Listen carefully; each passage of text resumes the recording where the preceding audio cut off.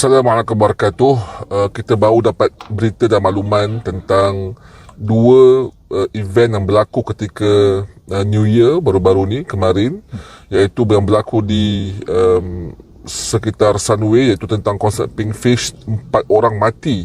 Kita lihat laporan berita ni masih lagi tak ketahui punca kematian setelah 4 orang rakyat Malaysia ini menghadiri konsert Pinkfish pada malam 31 Disember 2024 dan mereka telah meninggal dan masih lagi dalam bedah siasat di Pusat Perubatan Universiti Melaya. Ya, sebentar teman-teman. Jadi ini peristiwanya terjadi pada suatu konser yang salah satunya dilakukan di salah satu lokasi di mana konser ini justru bukannya membuat suasana yang meriah, tapi bahkan menimbulkan korban. Sebanyak 4 orang meninggal dunia setelah menghadiri konser Pinkfish ya, yang diadakan pada malam tahun baru 2025. Coba kita lihat pestanya seperti apa nih. Yo, asik, goyang.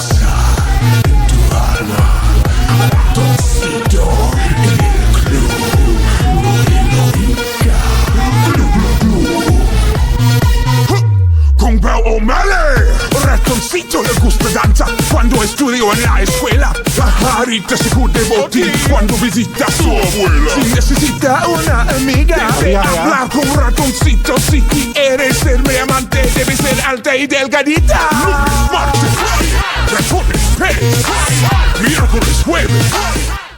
Itu pertama. Yang kedua, pada malam tu juga, malam countdown New Year itu baru-baru ni, Jabatan Agama Islam Negeri Johor telah serbu suatu hotel premis yang dirahsiakan, tak diberitahu dalam berita. Di Johor, 9 Muslim ditangkap atas menganjurkan pesta arak dan pesta buih di hotel tersebut. Jabatan Agama Islam Negeri. Sebentar. Ini juga cukup seru ya. Ini di malam tahun baru terjadi hal di mana ada 9 orang yang memang terbukti melakukan suatu tindakan menggunakan minuman keras ya di dalam suatu pesta di suatu hotel yang dirahasiakan tempatnya, dan berita ini juga tidak begitu viral ya di Malaysia. Tetapi di dalam berita ini juga dikatakan bahwa ada beberapa orang Indonesia juga terlibat dari 9 orang tersebut. Yuk kita coba tonton. Di Johor menahan 9 individu Islam, termasuk 4 warga Indonesia dalam pesta minum arak dan parti buih di sebuah hotel di Taman Perling semalam. Pengerusi Jawatan Kuasa Hal Ehwal Islam Negeri, Muhammad Farid Muhammad Khalid berkata, operasi dari jam 11 malam hingga 3 pagi itu dilakukan selepas aduan awam mengenai aktiviti maksiat di hotel tersebut. Daripada 29 individu diperiksa, 9 disahkan positif alkohol. 6 daripadanya akan didakwa di bawah Seksyen 19, -1/2, Enakmen Kesalahan Jenayah Syariah Negeri Johor 1997, manakala 3 dilepaskan dengan jaminan, katanya. Ini berlaku dalam keadaan Malaysia kita bergelut dengan ekonomi, sosial, kemudian kita ada isu perayaan agama lain disambut secara bersama seperti yang dibuat oleh KPKT dengan Koming. Nah, ini salah satu menteri di Malaysia keturunan Chinese ya, Tiongkok, yang melakukan suatu perayaan, terutama nih raya-raya besar ya seperti Natal, kemudian nanti Idul Fitri, Idul Adha, kemudian perayaan orang Hindu dan lain-lain, itu dianggap sebagai suatu perayaan yang sama posisi atau kedudukannya. Jadi tidak ada istilahnya nanti paham-paham yang sifatnya terlalu ke agama ya. Nah, ini tentu saja melanggar kaidah ataupun prinsip-prinsip dalam agama Islam, dan ini cukup viral ya di Malaysia. Kita juga ada isu tertahan oleh Hanayoh yang menjadi polemik dalam negara sebab didedahkan oleh seorang yang berprofil tinggi, iaitu Tan Sri Musa Hassan, IGP, yang telah mendedahkan bahawa mahu menjadikan Malaysia ini negara Kristian. Ini seperti didakwa dalam berita, juga banyak pula dalam video Tan Sri Musa Hassan. Nah ini, jadi orangnya ini berkerudung ya, tetapi dia menggalakkan untuk mengkristenkan negara Malaysia. Ini satu hal yang cukup aneh sebenarnya, tapi Ya ini yang namanya duta Tuhan katanya, dan ini sangat viral di Malaysia ya. Kenapa bisa seperti ini?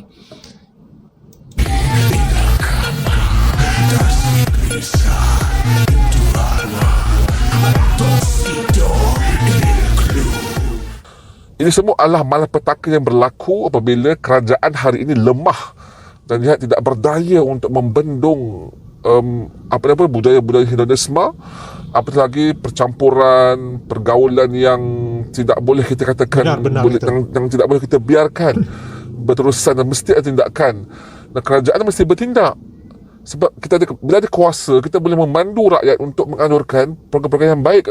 Seperti di Kelantan, terlihat Kelantan mereka ada munajat, mereka bersama dengan Menteri Besar Kelantan ada panggil Ustaz Wadi Anwar dan sebagainya untuk memberikan nasihat juga, berselawat pedoman.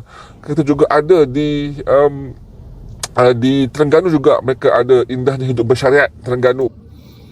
Nah ini suatu hal yang menunjukkan yang benar ya, kalau kita memang beragama Islam, kemudian kita mengadakan acara justru yang menjernihkan suasana Islam dan mencerminkan suasana Islam di negeri kita sendiri, ya harusnya seperti ini, menghadirkan satu nuansa, misalkan ada semacam ceramah ya dalam agama Islam di malam tahun baru ya, daripada kita harus berpesta-pesta ya seperti yang kita lihat tadi.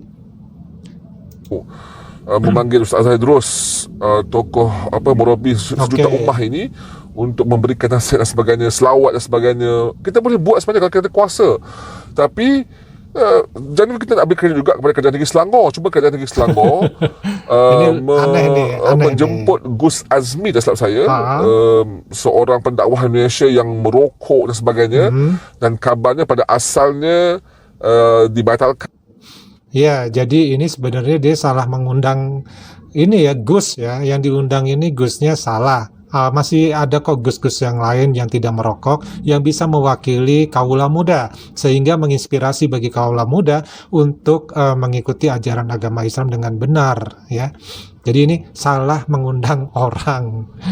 Kan seperti maklumat penganjur, tapi saat-saat akhir kita tengok duduk bersama sepentas dengan Menteri Besar Terengganu, Menteri Besar Selangor, Abidul Syari, dan Abidul Syari siap menempelak mereka-mereka yang mengkritik selawat. Kita tak kritik selawat, Datuk Seri. Kita kritik you, penganjur Menteri Besar Selangor, menganjurkan, menjemput, menghabiskan jutaan ringgit untuk menjemput orang yang merokok, yang kita rasakan tak patut menjadi budaya sebagai seorang pendakwah duduk depan menjadi suri tauladan kepada anak muda di Malaysia.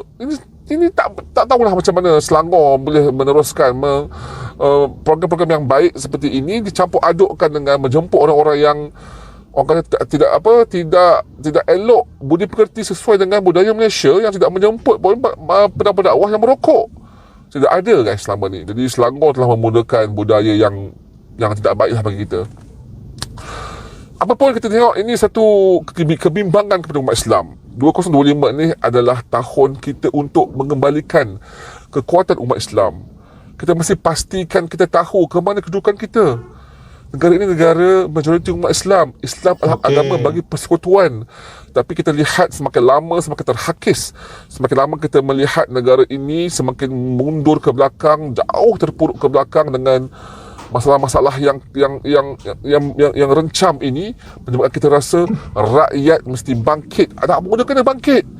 Kalau anak muda tak bangkit, kita tak tahu siapa lagi negara ini nak disandarkan kepercayaannya, kewibawaannya, bila mana pemerintah, penguasa-penguasa terus melakukan kebobrokan, kerosakan demi kerosakan, baik dari segi ekonomi, sosial, lengkap semua hari ini di bawah kerajaan rejim Madanon ini. Jadi kawan-kawan semua, saya seru muhasabah dan muhasabah, bertindak, mula bercakap isu ini, tarik untuk kembali kepada agama Islam, kepada luhur perlembagaan yang sebenar. Ini mesti dibuktikan dengan komitmen. Saya nak seru, ayuh kita bersama, kita bermula pada esok Jumaat 3 Januari di Masjid Jamek Kampung Baru. Demi kesatuan umat, kita pastikan kita bersuara lantang untuk memastikan negara ini dipandu dengan baik, insya-Allah. Apa pendapat anda tentang apa yang berlaku di Malaysia pada hari ini? Baru 2 Januari guys, macam-macam dah berlaku. Komen di bawah, tenang, Ustaz Bara. Assalamualaikum warahmatullahi wabarakatuh. Kembali ke channel Pak D Sambal. Nah, kali ini kita akan membahas mengenai 5 kejadian-kejadian yang memalukan ya bagi Malaysia yang terjadi di akhir tahun 2000, penghujung di tahun 2024, di awal tahun 2025. Nah, tadi kita sudah tonton bareng-bareng nih mengenai apa saja yang terjadi yang justru itu seharusnya mewaspadai hal-hal seperti itu untuk tidak terjadi.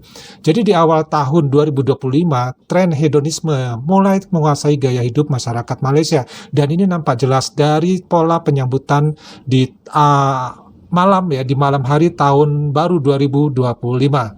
Nah, salah satu indikasi yang mencolok adalah meningkatnya penggunaan media sosial, kemudian di mana banyak individu memamerkan gaya hidup mewah mereka, mulai dari berlibur di tempat-tempat yang eksklusif, membeli barang-barang yang bermerek, hingga menikmati makanan dan minuman yang harganya fantastis. Nah, hal-hal seperti ini berkembang dengan cepat di Malaysia ya, berbalik dengan suasana sebelum-sebelumnya di mana mereka mengatakan bahwa suasana nuansa Islami itu lebih terasa dibandingkan dengan di tahun 2024 di penghujung ya, sampai sekarang di awal tahun 2025 banyak kejadian yang justru ya melunturkan semangat dari Islami tadi. Nah, ini suatu pergeseran yang jelas banyak faktor yang mempengaruhi. Di antaranya adalah banyaknya turis yang datang tanpa bisa ya dikendalikan lagi untuk mengikuti budaya ataupun adat dari negara Malaysia itu sendiri. Jadi para turis ini membawa budayanya masing-masing. Kemudian banyaknya juga pekerja asing yang melakukan budaya mereka di negara Malaysia, sehingga Malaysia ini budayanya pun tidak bisa menyatu dalam satu nuansa di mana terlihat secara nasional bahwa mereka adalah negara yang kemelayuan ya, kalau Pak dibilang ya, itu tidak nampak sama sekali. Bahkan orang-orang Melayunya sendiri dari Malaysia ini justru mengikuti budaya-budaya yang datang tadi ke negara mereka. Nah, inilah yang menimbulkan ya faktor kesedihan-kesedihan beberapa warga Malaysia yang memperlihatkan bahwa hal seperti ini seharusnya tidak terjadi di negara tersebut. Bahkan salah satunya mengatakan bahwa Malaysia ini semakin mundur ya, bukannya maju tapi semakin mundur. Tahunnya semakin maju tapi perilaku kemudian juga budaya itu justru semakin mundur. Nah, dengan tahun 2025 ini yang mulai dirasakan baru tanggal 2 Januari 2025, ini nampaknya Malaysia sedang menghadapi tantangan besar di dalam menemukan keseimbangan antara kesenangan pribadi dan tanggung jawab sosial yang lebih besar, sehingga ini menambah ya jurang pemisah antara golongan yang mampu dan golongan yang rendah. Nah, ini ya menjadi satu hal yang perlu diselesaikan ya sebagai PR di tahun 2025. Kan kita tahu bahwa di tahun ini Malaysia adalah menjadi negara yang berpendapatan tinggi.